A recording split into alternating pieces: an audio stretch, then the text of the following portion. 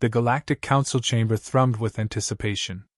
Walls carved from the core of dying stars pulsed faintly with ambient intelligence, echoing millennia of knowledge and the solemn hum of ancient protocol.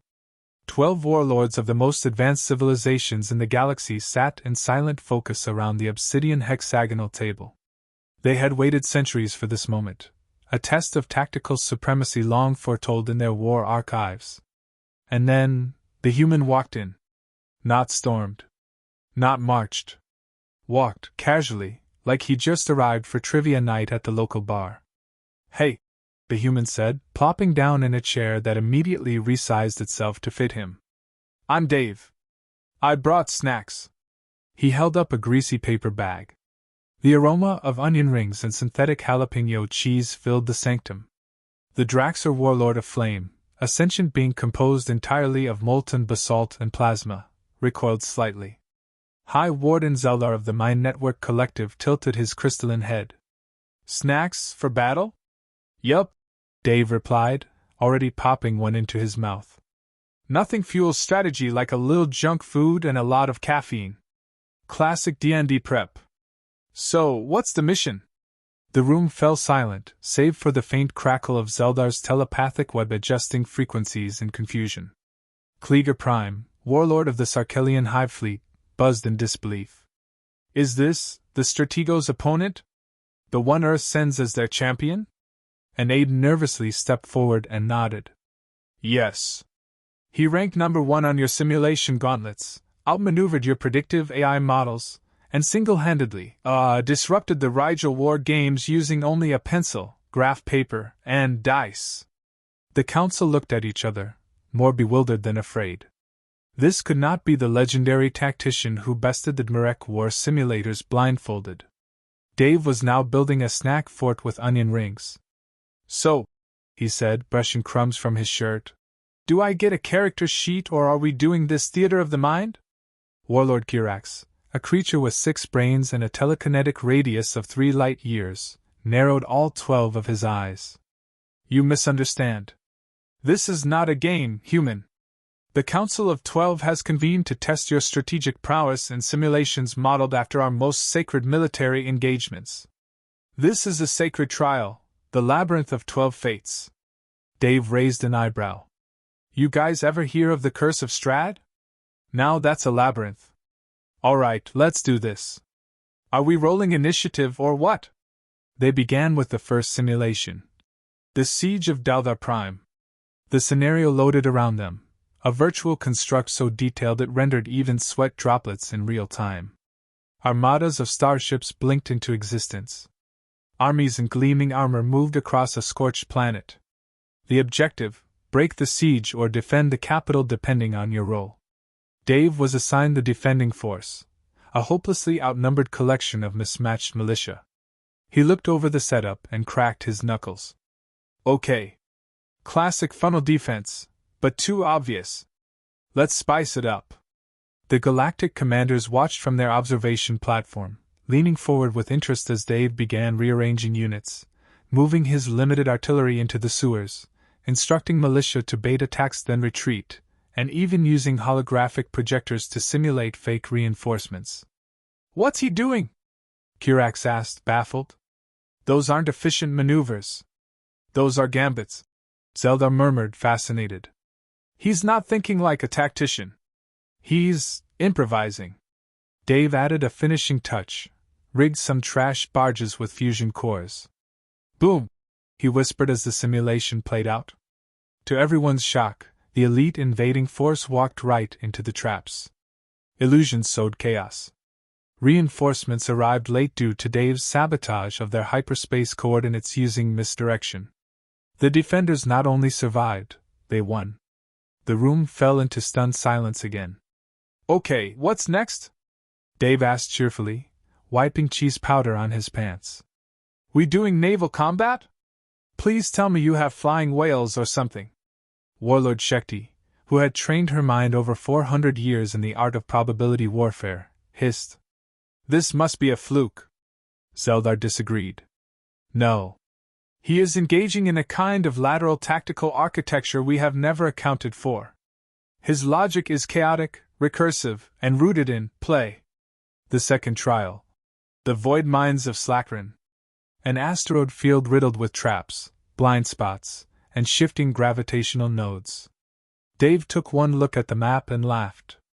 Oh man, this is just like that homebrew dungeon I ran back in '08. Traps, line-of-sight issues, movable terrain. This is perfect. He immediately started making nonsensical adjustments, redirecting ships to strange orbits, sacrificing scouts to gain line-of-sight data, even sending drones to transmit fake chatter and confuse the enemy about his fleet size. I call this the Kobold Shuffle, he said. Classic misdirection with added chaos. It worked beautifully. In minutes, Dave's ragtag fleet forced 3 elite enemy cruisers to collide, took control of the central gravity well, and flung asteroids into the opposing carrier's hangars. Shekti stared in disbelief. How can such primitive thinking produce such devastating results? Dave shrugged. I mean, if you've ever DM'd for a group of 6 murder hobos with fireball scrolls and no survival instinct, you kinda learn to think on your feet. The council reconvened in private. He cannot be allowed to continue unchecked, Shekti said. He's subverting the very logic of our tests. But he's winning, Zeldar countered. Is that not the essence of strategy? Klieger buzzed with agitation. He is mocking our traditions. Dave, meanwhile, was in the corner trying to convince one of the simulation drones to fetch him a soda. He waved at the council. Hey! Any chance we can swap to co-op mode next? I've got this killer idea for a pincer maneuver involving teleporting goats. And that's when the council realized they weren't facing a master strategist. They were facing a dungeon master. And in his mind, none of this was new. None of this was sacred. It was just Tuesday night. As the final simulation loomed, whispers of doubt crept through the once unshakable minds of the 12. Dave leaned back in his chair, humming a theme from some long-lost sci-fi show, as the virtual landscape shifted to a barren moon battlefield. All right, he said. One more round. You guys ready to roll for initiative? The final simulation wasn't one the council had ever intended to use. It was buried deep in the archives, a scenario discarded for being unwinnable. A test not of might, but of impossible tension, designed by the Dreth tacticians who believed no creature, organic or synthetic, could overcome its chaotic balance of shifting objectives, blind AI protocols, and deliberately misleading terrain. And yet, as the digital map rendered into view, twisted mountain ridges, roving bioweapon clouds, and vanishing command lines, Dave grinned. Oh man, this looks exactly like that curse campaign we ran in 2012, he muttered. The one where Phil's bard got swallowed by a lava eel before initiative even rolled. I live for this. The chamber darkened as the simulation began. Each council member had programmed a quadrant of the battlefield, 12 environments working at cross purposes. One area jammed communications. Another nullified energy weapons. One zone inverted gravity every 10 minutes. Dave's forces were scattered, barely trained conscripts, drones low on power, and a couple of rusted tanks. Against him? The equivalent of a galactic boss raid with all modifiers set to nightmare. Zeldar, usually the most composed, pulsed with barely restrained anticipation. Let us see how the jester fares now. Dave looked over the fragmented command structure, smiled, and leaned into the mic. All right, team. Forget everything the handbook says. We're not following rules today, we're going full chaos stack. The command AI beeped uncertainly. Clarify chaos stack? You'll see, Dave replied, cracking his knuckles. His first move, immediately activate all faulty decoys. Instead of subtlety, he flooded the field with noise. Dozens of fake units lit up enemy sensors, some spinning in place, others transmitting nonsense phrases like, "Beware the chicken lord." The council frowned. That's not strategy, hissed Shekti. Oh, it's bait, Dave said, as a cluster of enemy forces redirected to chase phantoms, right into a kinetic minefield he'd had his troops accidentally trigger 10 minutes earlier. Then Dave instructed a recon team to enter the gravity inversion zone. But instead of using their boots, he had them strap their drones to their backs and surf the flips, timing jumps between gravity shifts to launch themselves across terrain like insane squirrels on hoverboards. "That's not maneuvering," barked Kirax. "That's suicide. Tell that to my players," Dave said. "One time they crossed a chasm on summoned cows. Nothing's off the table." Within minutes, his ragtag units had established micro beachheads inside 2 of the deadliest zones. Dave used old survey satellite data to locate invisible terrain boundaries, and then deliberately fed those coordinates into a corrupted enemy logistics AI he'd hacked earlier, convincing it that its own forces were standing on illegal ground and triggering auto-discipline strikes on their side. The council went ballistic. "He's weaponizing our own bureaucratic protocols against us," shrieked the warden of process, who hadn't spoken in a century. "I mean, look," Dave said, watching as the enemy's artillery wiped out their own forward base due to a GPS misclassification. "If you don't want your war code exploited, don't build it like a DMV from hell." Zeldar leaned in, fascinated. "He's not reacting. He's narrating. He sees each event as a scene, each setback as drama. He's playing a story," whispered Shakti. "We're playing a game." The middle phase of the simulation shifted. The map's objectives now changed every 3 minutes, rotating control zones, hacking priorities, and weather phenomena. Even the oxygen content randomly dipped. Dave rubbed his temples. "Okay, yeah, this is definitely like when Susan decided to play a necromancer who only spoke in limericks during the Void Temple arc." He called up his commanders. "All right, listen. We're not going to win by staying still. I need everyone to imagine you're in a heist movie where the floor is lava, and also it's haunted." The drones blinked in confusion. "No time! Let's Monty Hall this thing." He ordered mobile shield platforms to act as decoys again, but this time embedded live troops inside them. Meanwhile, he turned one of the discarded tank husks into a makeshift transmitter, broadcasting increasingly erratic philosophical arguments to nearby AI units, causing enough feedback loops that one enemy squad actually began fighting itself. "Your programming contradicts your tactical ethics," the signal repeated. "That's it," Kirax growled. "He's exploiting non-battlefield systems. Disqualify him." "No," Zeldar said slowly. "Let him continue. This is illuminating." By now, Dave's command structure had collapsed, by choice. He decentralized entirely. Units were allowed to make their own decisions based on loose narrative prompts. Dave began issuing orders like, "Pretend you're the last hope of your home village. Fight like your ex is watching. Imagine your character arc depends on this." To everyone's shock, it worked. The troops began acting with chaotic brilliance, taking initiative, improvising cover, using alien terrain as traps. They stopped thinking like soldiers. They started thinking like heroes.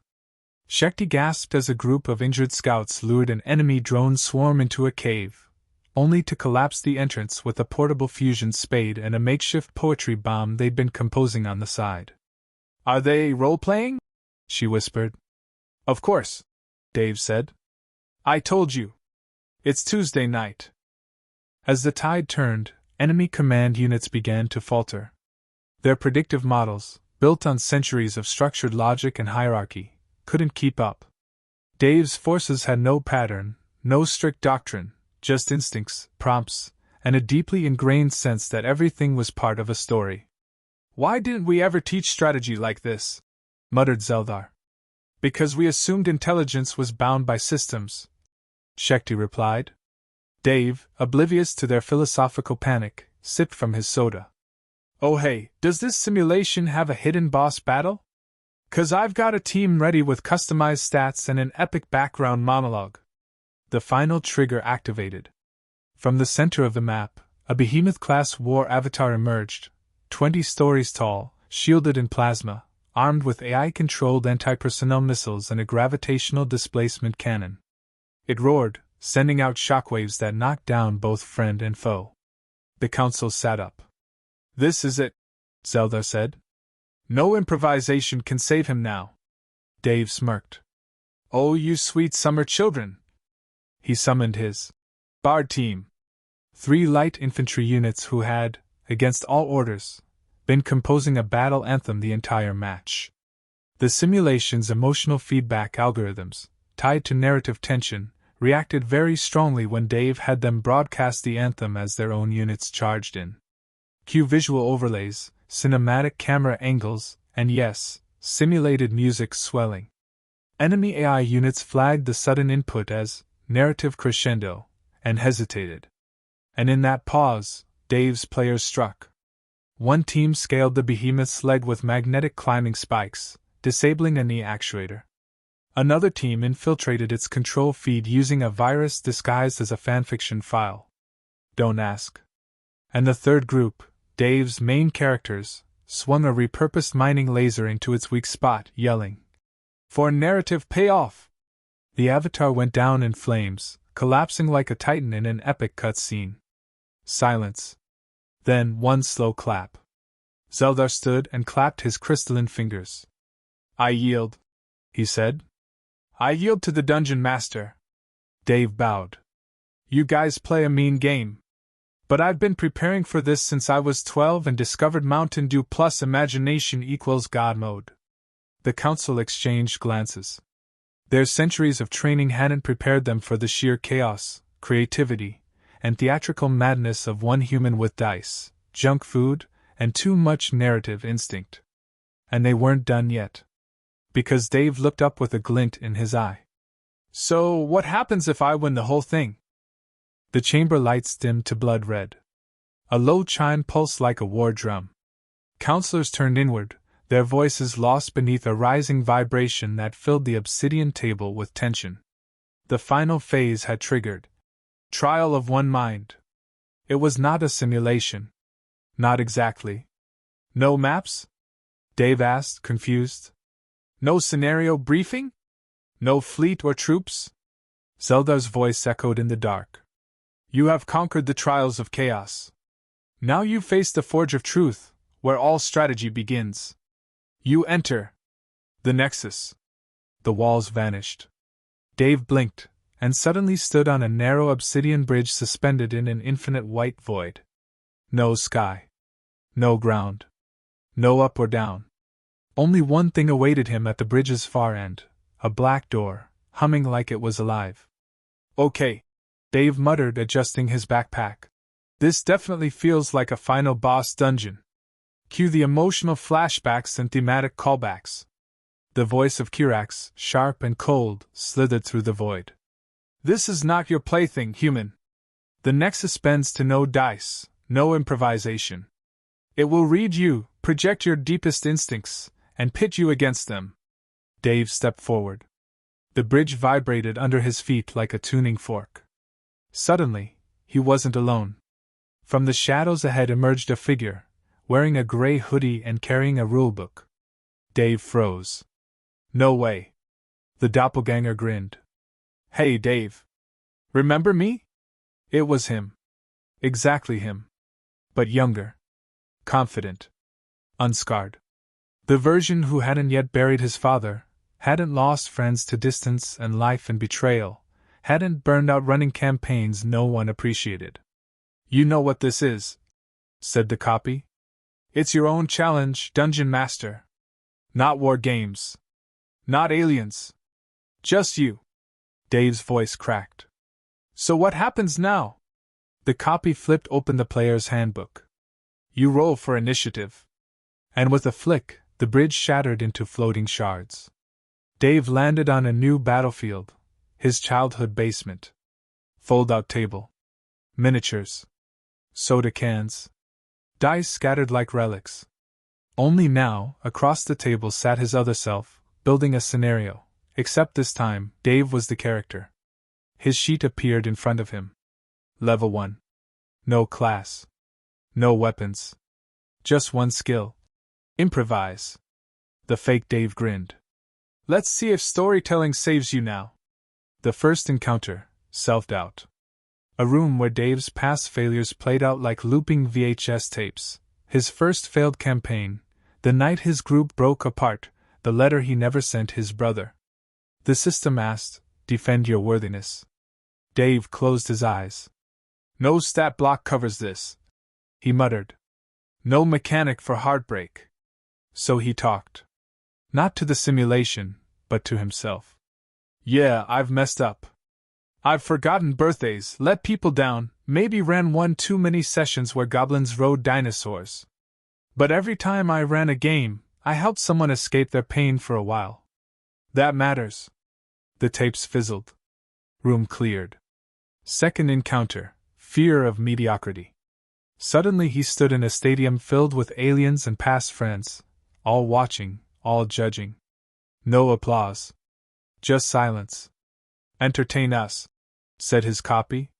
Prove you're not just a joke. Or fade. Dave looked around. Then he smiled. He walked to center stage, raised one hand, and shouted. A gelatinous cube rolls out of the orchestra pit and starts beatboxing.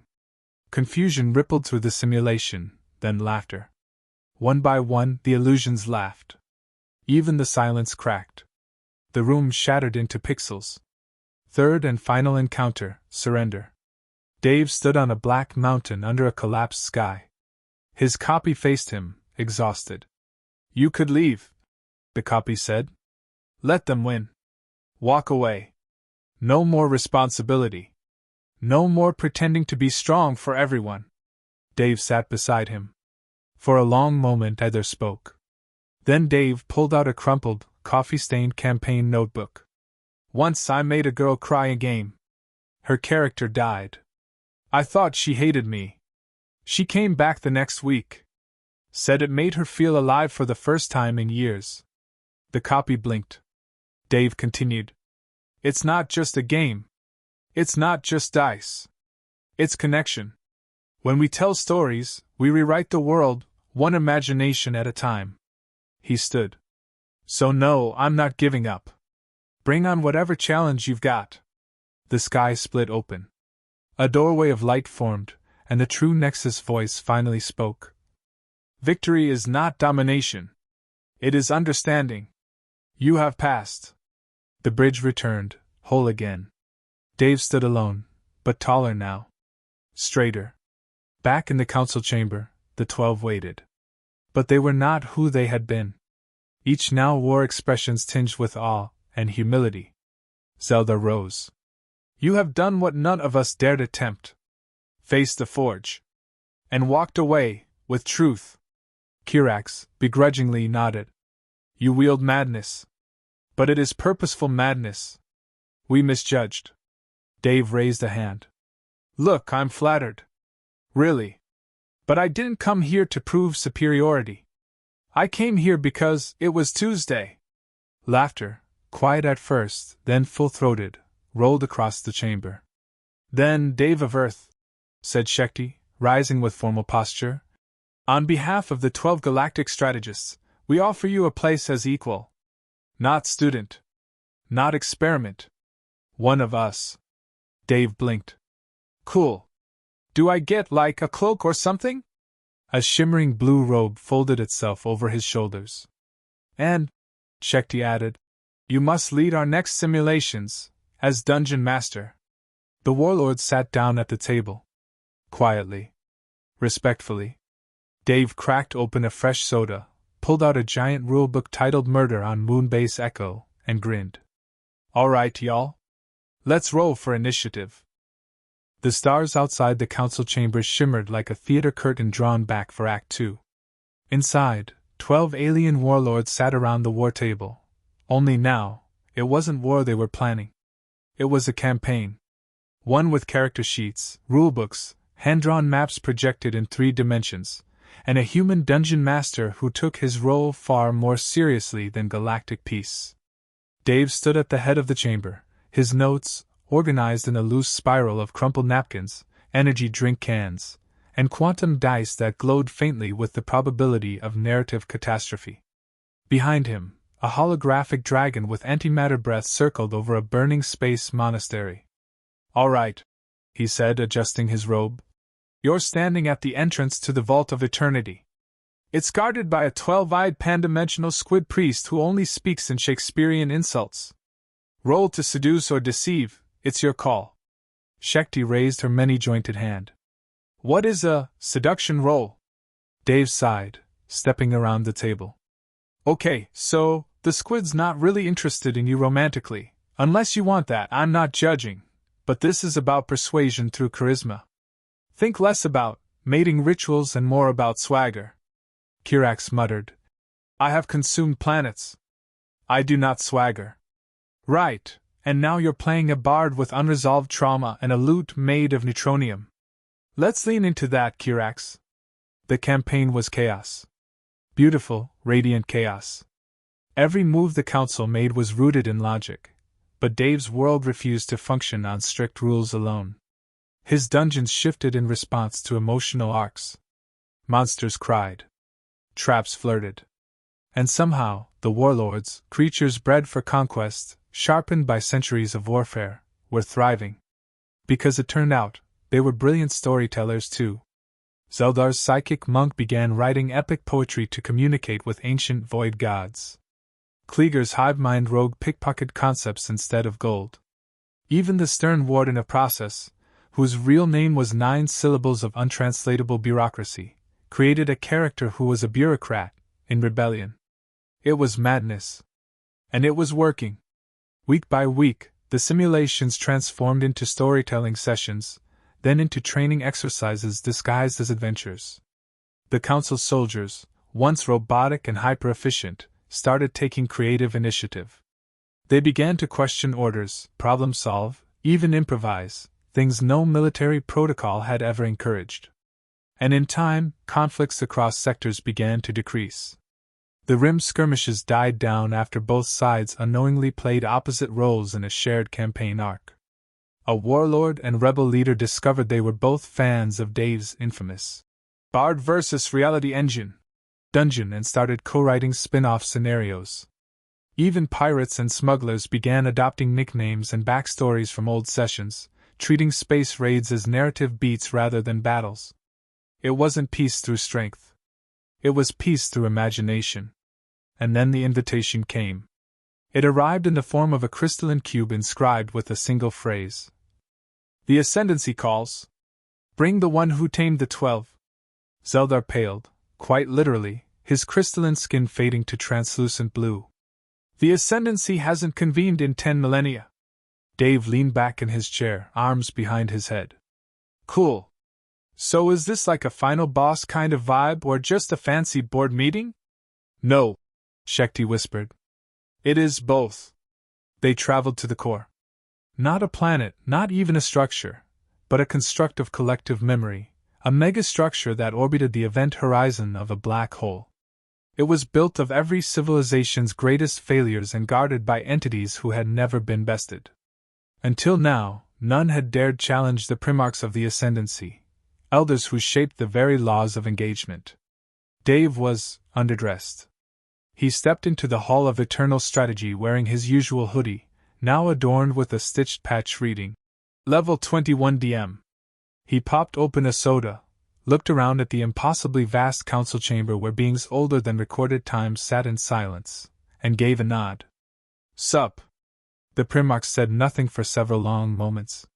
Then one of them, an entity made entirely of flickering equations, spoke. You have disrupted galactic equilibrium. You undermined centuries of protocol. You transformed strategy into performance. Explain yourself? Dave took a slow sip. Sure. Let me put it like this. You guys trained to win. I trained to play. There's a difference. Another Primarch hissed. Play is disorder. Play invites chaos. Exactly, Dave said. But it also invites meaning. Story. Change. You train people to follow instructions. I trained my players to question everything, to build, to break, to risk something. He stepped forward, setting a polyhedral die on the ancient dais. It gleamed with light pulled from 6 realities at once. This isn't a weapon, he said. It's a permission slip. To imagine a different outcome. The hall remained silent. Then the die rolled. It bounced once. Twice. Landed on a natural 20. The chamber shook. Suddenly, all across the galaxy, Leaders, soldiers, and outlaws paused, not in fear, but in recognition.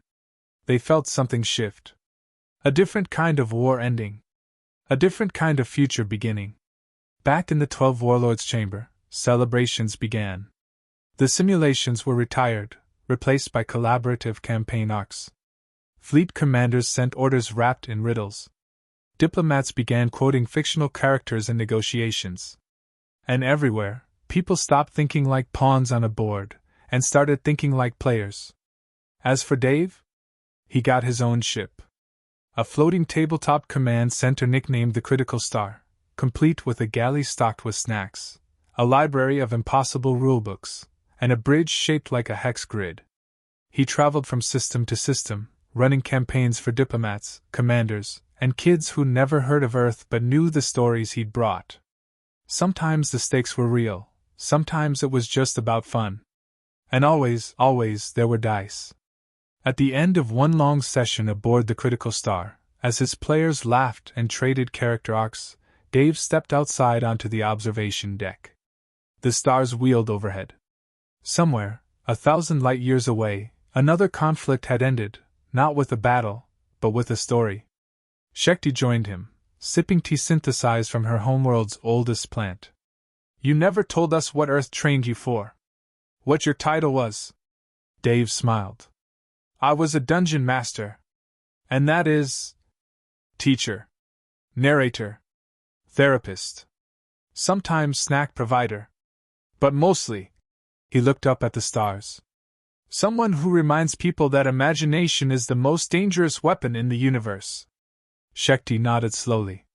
"We trained for centuries in strategy, and you showed us the one game we forgot to study." "Yeah," Dave said with a grin. "And next week? We're doing time-traveling space dinosaurs." Shekti blinked. "Is that a metaphor?" Dave laughed. "Nope. Just another Tuesday night."